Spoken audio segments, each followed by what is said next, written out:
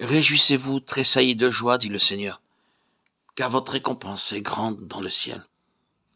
Pour nous, le bonheur est une question de chance, de santé, de richesse, de réussite, de célébrité. Et pour Jésus, c'est tout le contraire. Jésus ose nous dire, heureux sont ceux que vous croyez malheureux, et malheureux sont ceux que vous croyez heureux. Quel renversement des valeurs prioritaires de nos vies. Dans la perspective du bonheur éternel que Dieu nous convie à partager avec lui, on comprend ce que Jésus veut nous dire. Oui, c'est vrai. Dans la perspective de la vie éternelle, richesse, pouvoir, célébrité sont des mauvais investissements, car on les perd en mourant. La résurrection des morts comble de bien les affamés et les affligés, mais renvoie les puissants et les riches les mains vides.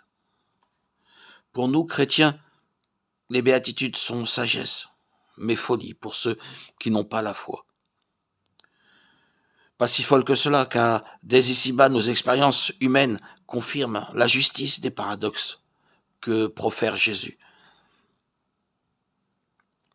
Le poète La Fontaine l'illustre bien dans sa fable, le savetier et le financier.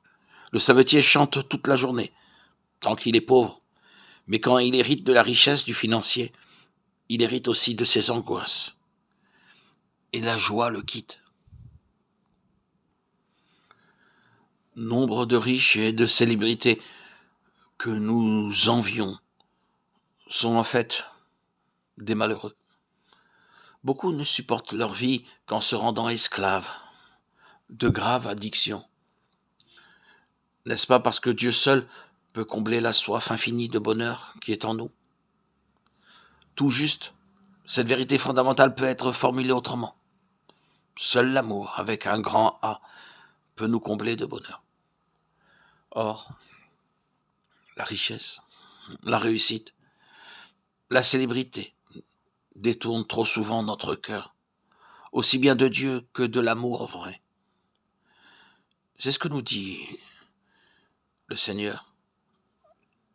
Malheureux celui qui se détourne du Seigneur.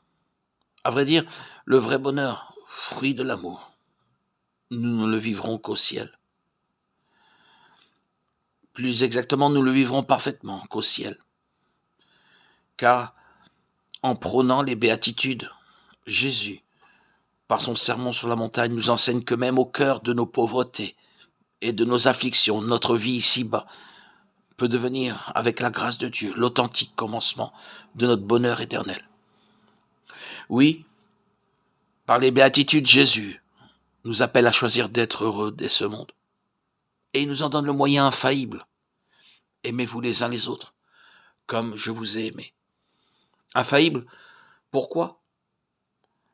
Quand, dès ce monde, Jésus nous donne le pouvoir d'aimer comme Dieu aime, il nous donne en même temps le pouvoir d'y être déjà heureux.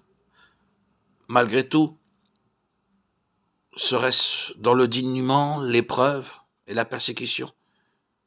Car en Dieu, l'amour et le bonheur, c'est tout un.